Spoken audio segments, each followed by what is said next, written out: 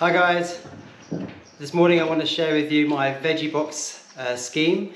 So we've done a lot of work to the point where we've got loads of vegetables. We created cover crops, we then brought loads of made manure into compost from our sheep, and then we planted out all the vegetables after doing a detailed design.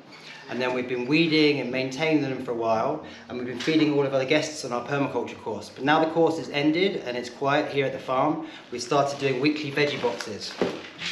So basically I'm doing €10 or €20 veggie boxes, and the idea is I'm just selling to people in the village. I'm not really going to markets and doing delivery rounds. I'm trying to make it quite low amount of admin for me.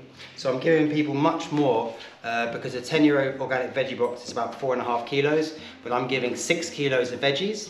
So everyone gets a really generous amount of veggies, and I don't have to do loads of admin, which I like. So in each veggie box, every morning on Fridays, I'll go around and harvest fresh vegetables. This morning I harvested sweet corn and courgettes.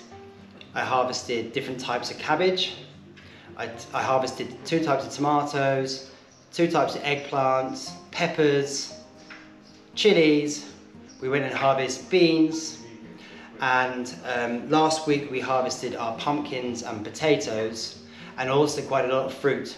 So every week the veggie boxes will be quite different depending on what's available at that time, and obviously a €10 veggie box won't have all the vegetables, whereas a €20 veggie box will have a larger variety of vegetables and more of each one.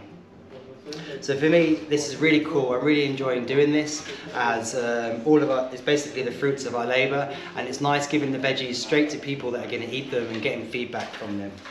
So today is the first time we're going to be cooking the sweet corn for ourselves as well, so that's really cool. It's all organic. We're certified organic by Sativa, and hopefully we'll continue these veggie boxes going all through, going forward through the winter and summer.